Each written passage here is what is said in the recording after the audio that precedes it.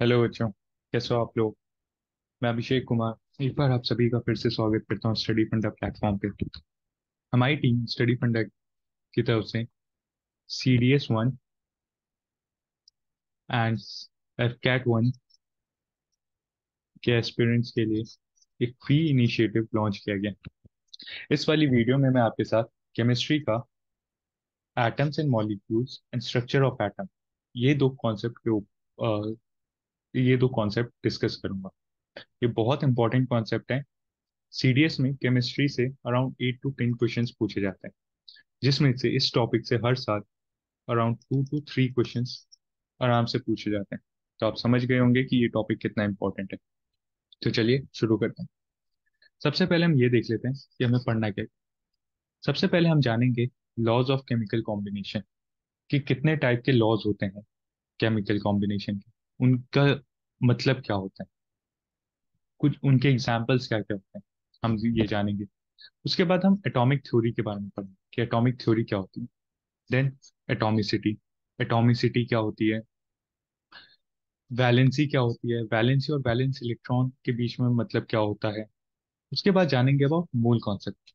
Mole concept एक ऐसा topic है जो कई बच्चों को समझ नहीं आता। तो मैंने इस वीडियो में आप लोगों के लिए बहुत ही इजी करके समझाने की कोशिश की है।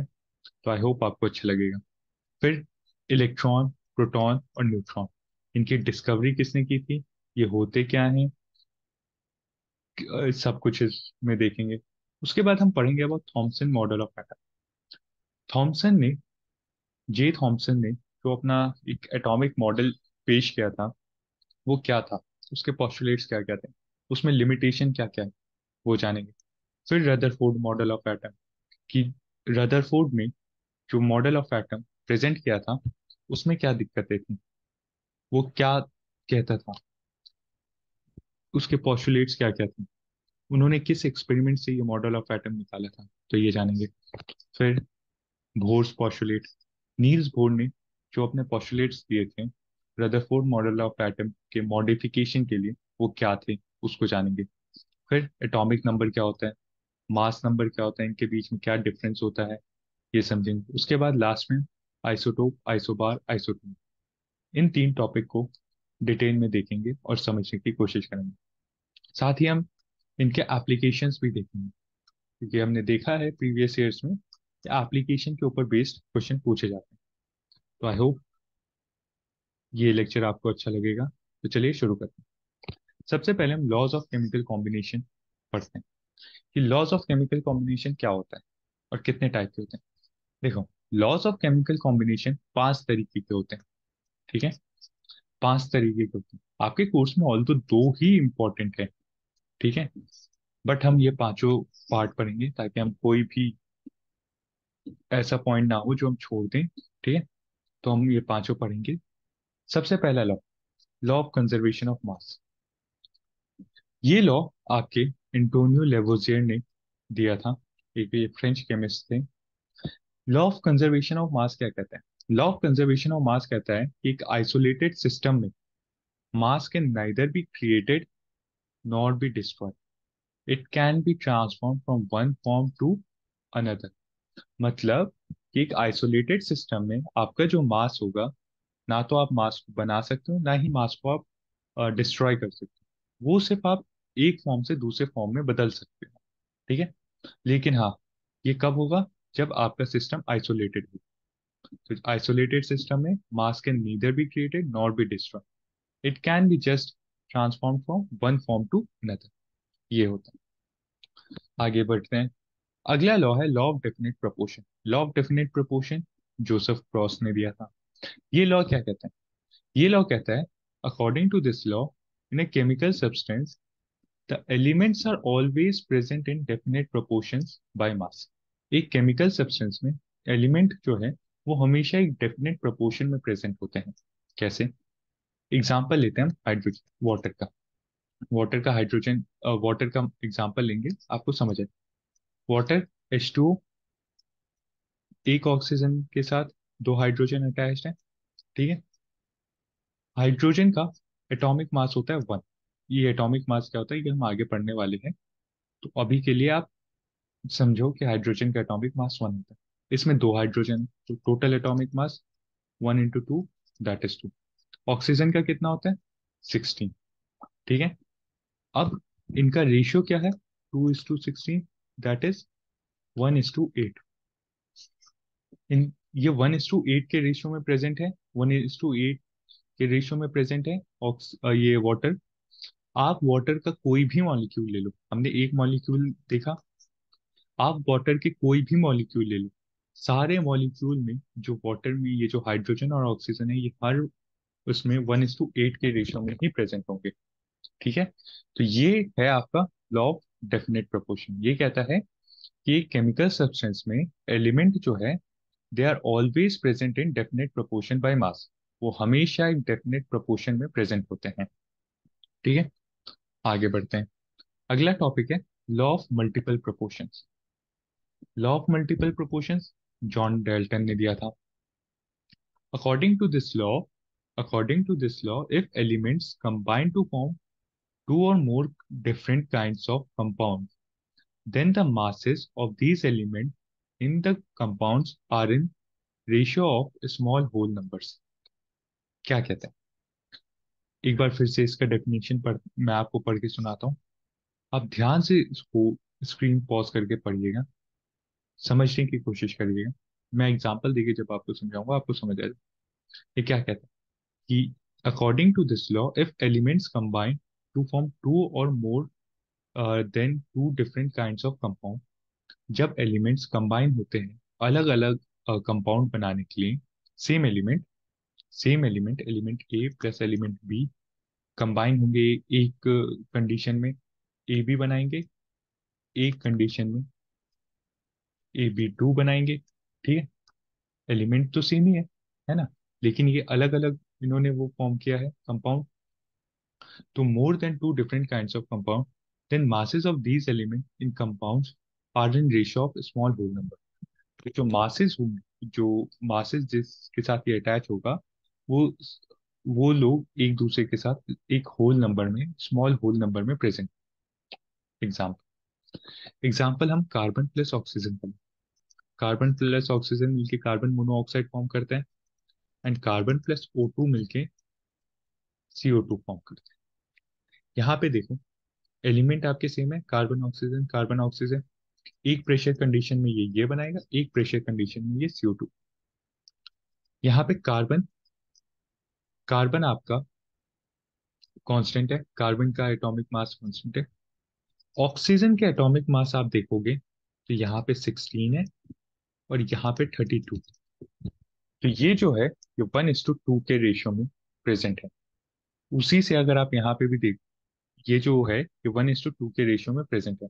मतलब, मैं फिर से बता रहा हूँ, जब दो एलिमेंट आपस में कंबाइन होंगे, जब दो एलिमेंट, ध्यान से सुनना मेरी बात,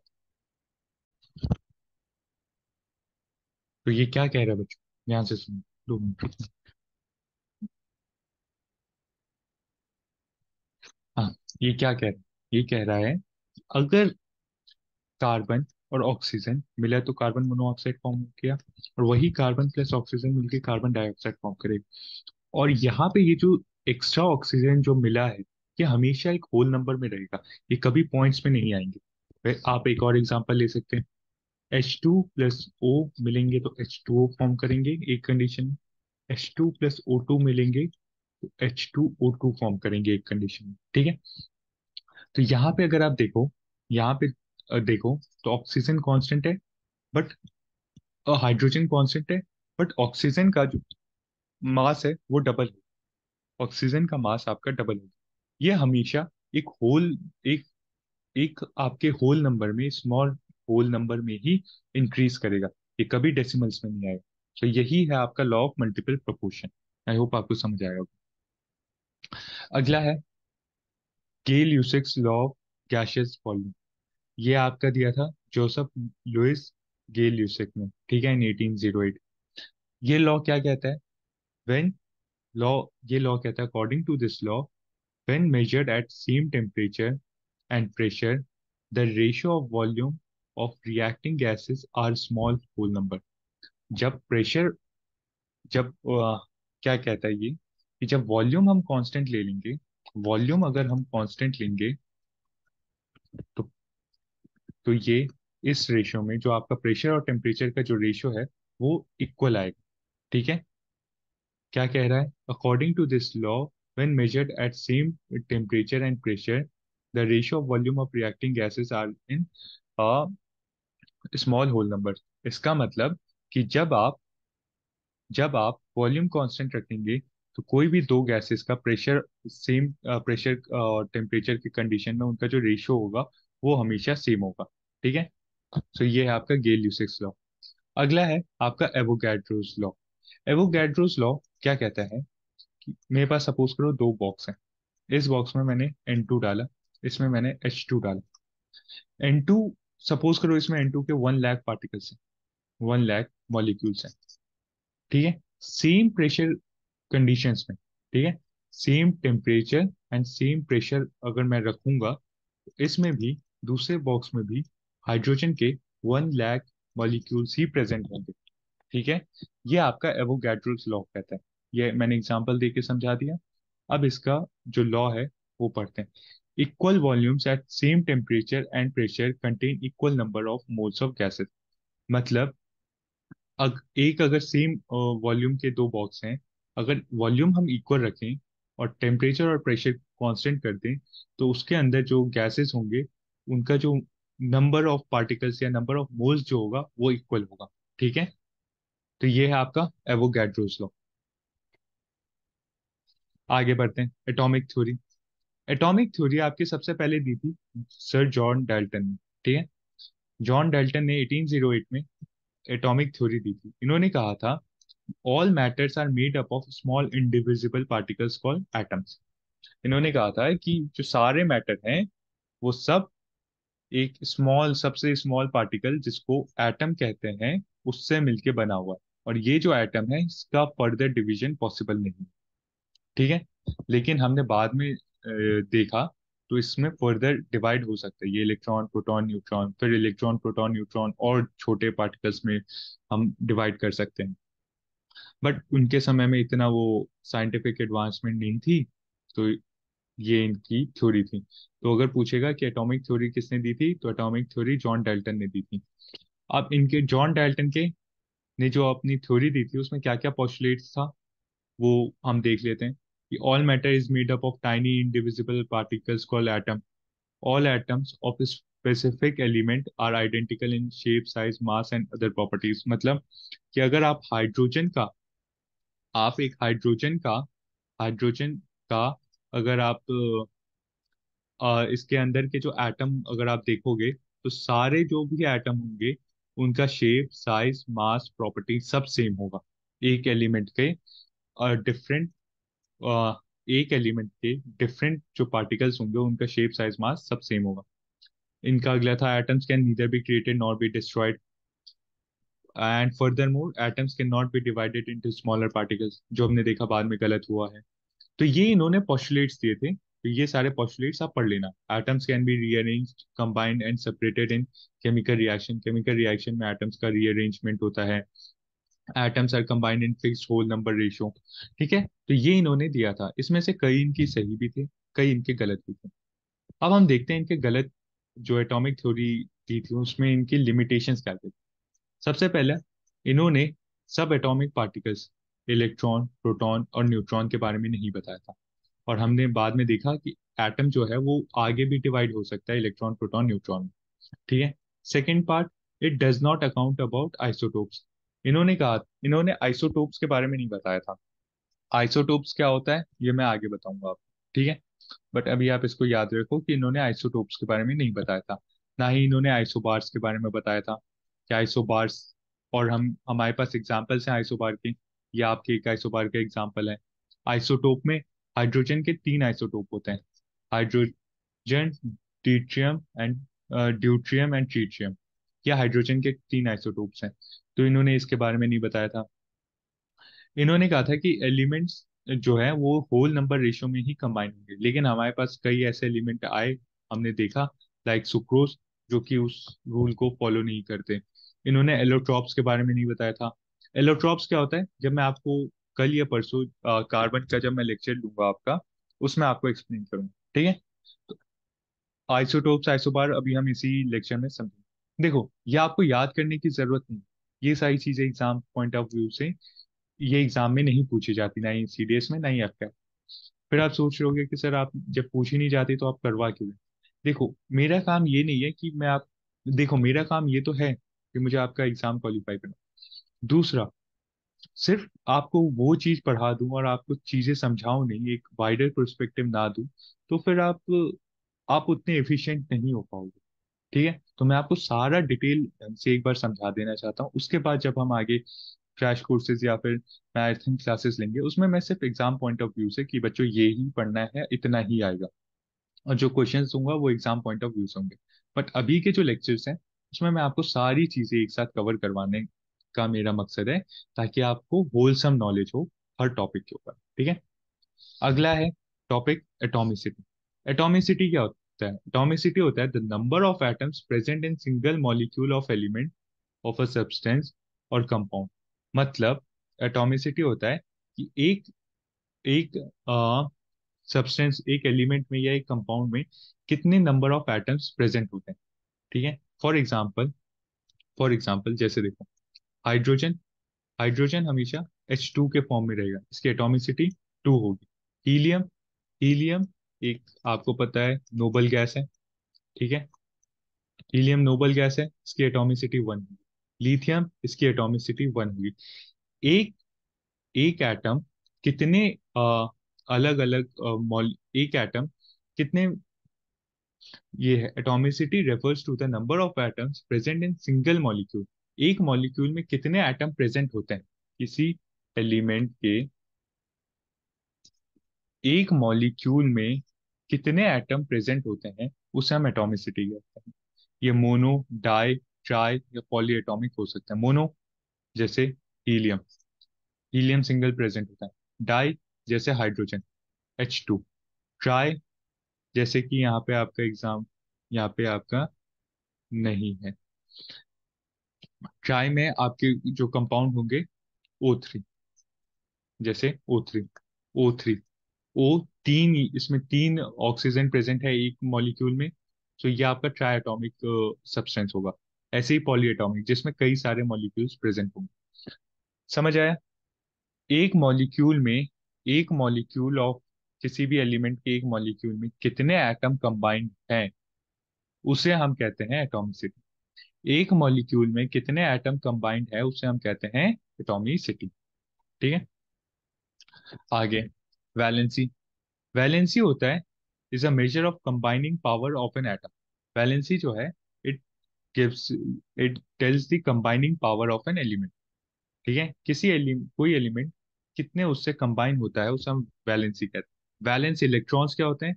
सो valence electrons is the number of electrons number of electrons present in outermost shell. Number of electrons present in the outermost shell is known as your valence electron। इसको हम कहते हैं वैलेंस इलेक्ट्रॉन। वैलेंसी क्या होती है? Valency is the combining power. यहाँ पे देखो, ये है आपका हाइड्रोजन। हाइड्रोजन के बाहर, हाइड्रोजन के पास एक ही इलेक्ट्रॉन है, ठीक है। अब वैलेंसी जो होती है बच्चों, 3 टाइप की हो सकती है, ठीक है। अब वैलेंसी मैं आपको पढ़ाऊं उससे पहले मैं आपको आयंस के बारे में पढ़ाना चाहूंगा। आयंस जो होते हैं, they are the charge species.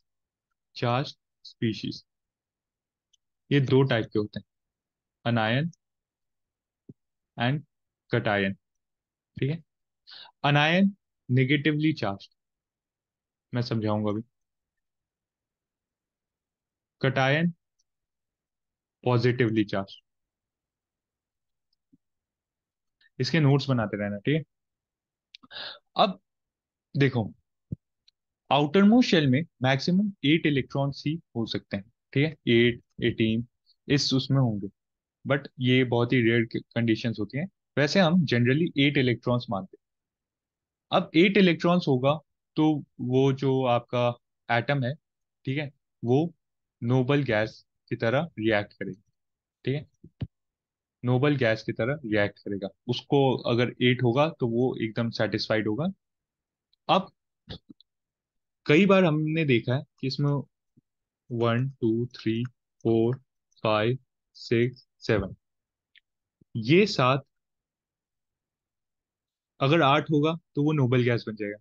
ये 7 होगा तो वो सेटिस्फाई होने के लिए या तो कंपाउंड फॉर्म करेगा। ठीक है, कंपाउंड फॉर्म करेगा, उसमें या तो इलेक्ट्रॉन दे देगा या इलेक्ट्रॉन ले लेगा।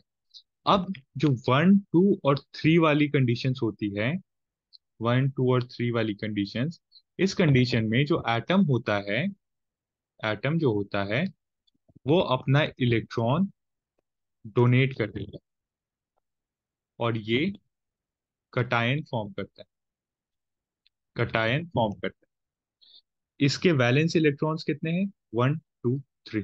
ठीक है, number of electrons in outer most orbit is 1 2 3। तो इस नंबर ऑफ वैलेंस इलेक्ट्रॉन्स हो गए या 1 या 2 या 3। ठीक है, इसकी वैलेंसी कितनी हो गई? वैलेंसी हो गई। और जो ये 1 2 3 वाले होंगे, ये 1 2 3 वाले अपने इलेक्ट्रॉन्स डोनेट कर देंगे, इनकी वैलेंसी हो जाएगी 1 वाले की 1, 2 वाले की 2, 3 वाले की 3। अब 5 6 7 में होता है, देखो, ये 1 2 3 वाले डोनेट क्यों कर देते हैं? ये डोनेट इसलिए कर देते हैं क्योंकि 1 को 7 इलेक्ट्रॉन लेने होंगे तब जाके ये सेटिस्फाई होगा। अब ये 7 इलेक्ट्रॉन लेना और एक इलेक्ट्रॉन छोड़ने में क्या आसान है? एक इलेक्ट्रॉन छोड़ना, 7 इलेक्ट्रॉन लेने में बहुत ज्यादा एनर्जी की जरूरत पड़ेगी, है ना? उस वजह से ये एक इलेक्ट्रॉन डोनेट कर दे। सिमिलर कंडीशन होता है 2 और 3 के साथ। 2 को 6 इलेक्ट्रॉन चाहिए, 6 इलेक्ट्रॉन लेना और 2 छोड़ना क्या आसान हो? 2 इलेक्ट्रॉन छोड़ना। अब 5 6 7 में होता यह है कि 5 के चाहिए 3 इलेक्ट्रॉन, तो ये 3 इलेक्ट्रॉन बोरो कर लेता है और ये क्या फॉर्म करता है? अनायन, negatively charge, negatively charge particle form करता है। ठीक है, जो 5 6 7 वाले होते हैं ये नेगेटिवली चार्ज पार्टिकल्स फॉर्म करते हैं। ये जो इन्होंने 1 2 3 वाले हैं,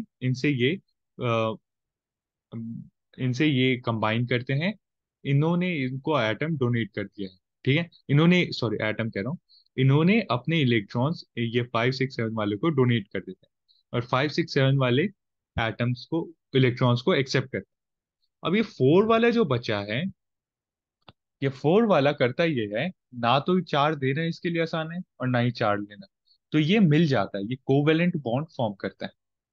ये कोवेलेंट बॉन्ड फॉर्म करता है कि चलो शेयर करके यूज करते हैं। ठीक है, अब ये सब ये कर क्यों रहे हैं? ये 1 2 3 4 5 6 7 वाले ये कर इसलिए रहे हैं ताकि ये एक नोबल गैस की स्टेज को ऑक्यूपाई कर सके, एक नोबल गैस के कंडीशंस को ऑक्यूपाई कर सके, एक सेटिस्फाइड हो सकेंगे सब। ठीक है, अगर नहीं होंगे तो फिर इनके अंदर ये जो चार्ज पार्टिकल्स है ये इन्हें परेशान करता रहेगा। इस कारण ये चाहते हैं कि हम भाई सेटिस्फाई हो जाए, या तो दे दें, अपने इलेक्ट्रॉन्स डोनेट कर दें, या दूसरों के इलेक्ट्रॉन्स एक्सेप्ट कर लें, या तो 4 वाले की तरह अपना वो बना लें। तो ये वैलेंस इलेक्ट्रॉन क्या होता है? वैलेंस इलेक्ट्रॉन होता है number of electrons in outer most orbit. 1 2 3 4 5 6 7 कुछ भी हो सकता है। ठीक है, number of electrons in outer most orbit. Valency क्या होती है? वैलेंसी होती है कि क्या ये एक इलेक्ट्रॉन देगा या 3 इलेक्ट्रॉन लेगा। ठीक है, वैलेंसी होती है 1 2 3 या फिर 5 6, 1 2 3 आपकी वैलेंसी होती है। अगर मान लीजिए अनायन, कटायन है, मैंने सपोज करो एच का एग्जांपल लिया, एच पॉजिटिव। एच पॉजिटिव का मतलब इसने एक इलेक्ट्रॉन था, एक दे दिया। O2 नेगेटिव, मैंने ये अगर एक बताया है, तो इससे आपको ये समझ आना चाहिए कि इसने 2 इलेक्ट्रॉन ऑक्सीजन ने लिए हैं। ये वैलेंसी और एलिमेंट और वैलेंसी के चार्ट हैं, तो इस चार्ट को आप देखिए, इस चार्ट को ध्यान से देखिए और आपको चीजें समझ आ जाएंगी। और अगर तब भी समझ नहीं आए तो प्लीज मुझसे कमेंट सेक्शन में पूछो, प्लीज मुझसे पूछना। ठीक है, मैं बताने के लिए तैयार बैठा हूँ, बट आप पूछना। हाइड्रोजन, हाइड्रोजन का एटॉमिक नंबर 1 होता है, तो इसकी वैलेंसी होगी 1, ये 1 इलेक्ट्रॉन डोनेट करती है। हीलियम, इसका 2 होता है। देखो, या तो 2 8 18, इस फॉर्म में आपका आउटर मोस्ट इलेक्ट्रॉन होना चाहिए। 2 केवल और केवल हीलियम के लिए होता है। ये एक्सेप्शंस केवल और केवल हीलियम के लिए होते हैं, बाकी के लिए नहीं। बाकी अगर आप मुझे आप कहोगे कि सर ऐसे जो है, तो ये बेरिलियम है, इसके पास 4 हैं, या बेरिलियम छोड़ो। आप सर ये मैग्नीशियम है, मैग्नीशियम के पास 12 है। पहले में सर मैग्नीशियम ने पहले में 2 आया, पहले शेल में, दूसरे में 8 आया, तीसरे में 2 आया। तो सर आपने कहा था कि हीलियम का है तो बेरिलियम मैग्नीशियम का भी चल जाएगा, तो नहीं। ये और ये कंडीशन सिर्फ और सिर्फ हीलियम के लिए होती है, ठीक है। ये और किसी के साथ नहीं चलेगी। अगला टॉपिक है मोल कॉन्सेप्ट। मोल कॉन्सेप्ट होता है, ओके। अच्छा, एक बात बताओ। मैं 1 केजी, एक नहीं 1 डजन एप्पल खरीदने के, कितने एप्पल आएंगे? 12 एप्पल्स, है ना। 1 डजन पाइन एप्पल खरीदने के कितने आएंगे?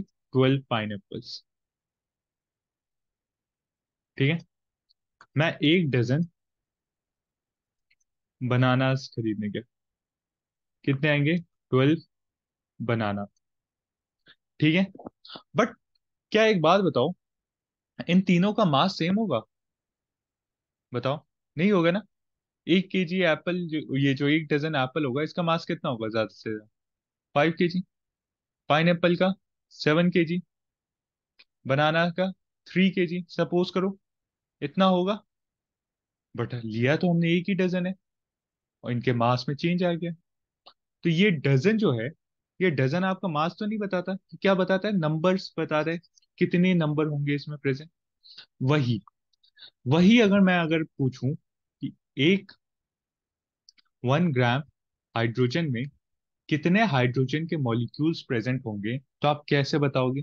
आप गिनने तो बैठोगे नहीं। वो गिनने का काम आपका एवोगैड्रो जी ने कर दिया है। एवोगैड्रो ने एक नंबर दिया है, 6.022 × 10⁻23। इसके अनुसार 1 ग्राम हाइड्रोजन में इतने आपके number of hydrogen molecules present होंगे। 1 ग्राम हाइड्रोजन में इतने number of hydrogen molecules present होंगे। 1 ग्राम ऑक्सीजन में कितने प्रेजेंट होंगे? सर जैसे कि आपने बताया है, इतने ही होंगे, है ना। 1 ग्राम नाइट्रोजन में कितने प्रेजेंट होंगे? सर इतने ही होंगे, 10⁻23। बट इन तीनों का क्या मास सेम होगा? मास सेम होगा? नहीं। इसमें केवल एक इलेक्ट्रॉन होता है, इसमें आपके 10 इलेक्ट्रॉन्स होते हैं, इसमें आपके 7 इलेक्ट्रॉन्स होते हैं, इनके मास में डिफरेंस है। तो वही आपका जो एवोगैड्रो नंबर है, ये आपका बताता है कि number of molecules present in a number of molecules present in a in a element in a sorry number of molecules present in a compound, ठीक है। बट इसका मास क्या होगा? वो मास निकलेगा आपका मोलर मास से। मोलर मास क्या होता है? मोलर मास होता है कि नंबर ऑफ ऑक्सीजन प्रेजेंट, या number of hydrogen present. Hydrogen का एटॉमिक मास 1 होता है, कितने इस मॉलिक्यूल में हाइड्रोजन प्रेजेंट है? सर 2 प्रेजेंट है, तो 1 + 1 2। तो इसका मोलर मास होगा 2। मतलब 1 ग्राम हाइड्रोजन में नंबर ऑफ हाइड्रोजन मॉलिक्यूल्स तो इतने होंगे, लेकिन उसका जो मास होगा वो 2 यूनिट्स होगा। ऑक्सीजन में 1 ग्राम ऑक्सीजन में उस इतने ऑक्सीजन मॉलिक्यूल्स प्रेजेंट होंगे, लेकिन इस ऑक्सीजन का जो मास होगा वो होगा, एक ऑक्सीजन का 16 होता है, 2 का हो जाएगा 16 + 16, दैट इज 32। 30 32, ठीक है। तो ये होता है आपका मोल मोल कॉन्सेप्ट। मोल कॉन्सेप्ट आपको बताता है कि 1 ग्राम ऑफ क्वांटिटी में कितने नंबर ऑफ मॉलिक्यूल्स प्रेजेंट होते हैं। नंबर बताता है ये कि उसकी में कितने मॉलिक्यूल प्रेजेंट होंगे, कितने उसमें मोल्स प्रेजेंट होंगे, ठीक है। अब अगला टॉपिक है electron, proton and neutron. Electron, proton and neutron ये सब एटॉमिक पार्टिकल्स हैं। सब एटॉमिक पार्टिकल्स मतलब एटम के अंदर हमने जब फर्दर डिवाइड किया, तो हमें इलेक्ट्रॉन, प्रोटॉन और न्यूट्रॉन देखने को। इसमें इंपॉर्टेंट आपके लिए क्या है एग्जाम पॉइंट ऑफ व्यू से, कि इसकी डिस्कवरी किसे? इलेक्ट्रॉन को डिस्कवर किया था जे थॉमसन ने, प्रोटॉन को गोल्डस्टीन ने, और न्यूट्रॉन्स को जेम्स चैडविक ने। इनका नाम याद रखना। ये मल्टीपल टाइम्स, रिपीट, मेरी बात ध्यान से सुनना, multiple times CDS AFCAT के एग्जाम में पूछा गया है कि इस पार्टिकल को किसने डिस्कवर किया था। ठीक है। अब एक एटम में इलेक्ट्रॉन जो होगा ये आउटर मोस्ट ऑर्बिट में बाहर घूमता रहेगा। एटम के अंदर एक सेंटर पार्ट में न्यूक्लियस होता है। न्यूक्लियस में आपका क्या क्या प्रेजेंट होगा? न्यूक्लियस में आपका न्यूट्रॉन प्लस प्रोटॉन प्रेजेंट होंगे। क्या प्रेजेंट होंगे? Neutron and proton. इलेक्ट्रॉन्स कहाँ होगा? इलेक्ट्रॉन्स इसमें ऑर्बिट बना के बाहर घूमता रहता है। जैसे फॉर एग्जांपल अपना सोलर सिस्टम में जो सन है, सन को आप मान लो न्यूक्लियस, जो प्लैनेट्स इसके बाहर ऑर्बिट बना के घूम रहे हैं वो हो गए इलेक्ट्रॉन। सन में जो आपका न्यूक्लियस है, न्यूक्लियस में क्या प्रेजेंट है? Neutron plus proton. बाहर जो प्लैनेट्स घूम रहे हैं वो क्या है? वो आपके इलेक्ट्रॉन्स हैं। ठीक है। तो ये है आपका इलेक्ट्रॉन, प्रोटॉन एंड न्यूट्रॉन। अब हम पढ़ते हैं एटॉमिक मॉडल्स, जो वेरियस साइंटिस्ट ने जो एटॉमिक मॉडल्स दिया था उसके बारे में। सबसे पहले थॉमसन मॉडल ऑफ एटम। ठीक है। थॉमसन और मॉडल ऑफ एटम में थॉमसन जी ने क्या कहा था? इन्होंने कहा था an atom consist of positively charge pair with electrons embedded in. देखो, हुआ ये था कि जब हमने ये पता लगा लिया कि भाई एक इलेक्ट्रॉन होता है, प्रोटॉन होता है, न्यूट्रॉन होता है, एटम होता है एक चीज, तो हमने सोचने लगे कि यार एटम दिखेगा कैसे? क्या आप देख तो सकते नहीं हो, है ना? एटम तो इतना छोटा एक माइन्यूट पार्टिकल है कि आप उसे नेकेड आइज से देख नहीं सकते। उस समय उतने माइक्रोस्कोप भी नहीं थे।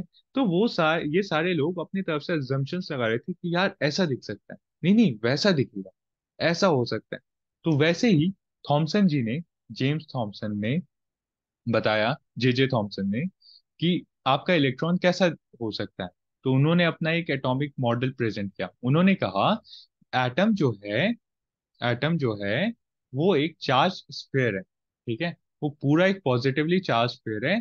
उसमें इलेक्ट्रॉन्स जो है वो धसे हुए हैं, नेगेटिवली चार्ज पार्टिकल्स धसे हुए हैं। और जिस वजह से जो आपका पूरा जो एटम है उसका चार्ज जो है ओवरऑल वो न्यूट्रल है, वो जीरो है। क्यों? क्योंकि देखो, ये आपका ये हो गया आपका एटम। ठीक है। ये पॉजिटिवली चार्ज है पूरा। अब इसमें इलेक्ट्रॉन ऐसे धसे हुए हैं अलग अलग। ठीक है, पाइनएप्पल मॉडल, यहाँ पे अलग अलग आपके इलेक्ट्रॉन्स इसमें एम्बेडेड है, धसे हुए हैं। जिस वजह से इसका टोटल चार्ज अगर हम देखेंगे तो वो ये टोटली न्यूट्रल स्पीशीज है।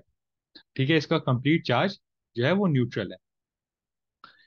बट ये दिखता है ऐसे है। तो इन्होंने अपना मॉडल ऑफ एटम प्रेजेंट किया था।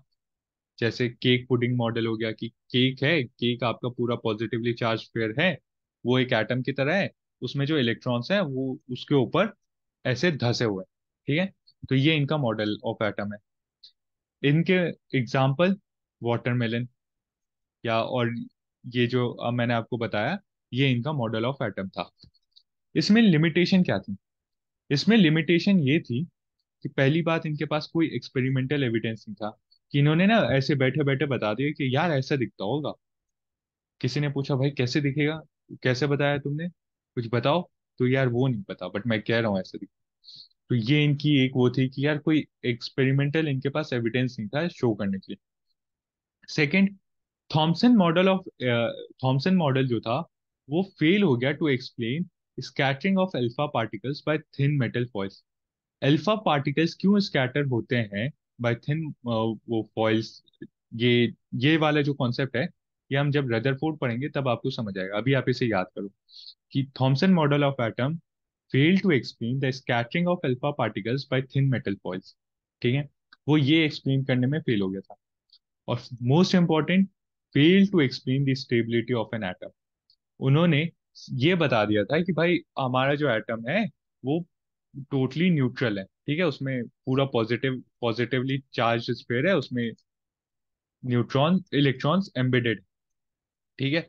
लेकिन उन्होंने उसकी स्टेबिलिटी बताने में या स्टेबिलिटी डिफाइन करने में वो फेल हो गए थे कि यार ये स्टेबल कैसे होगा।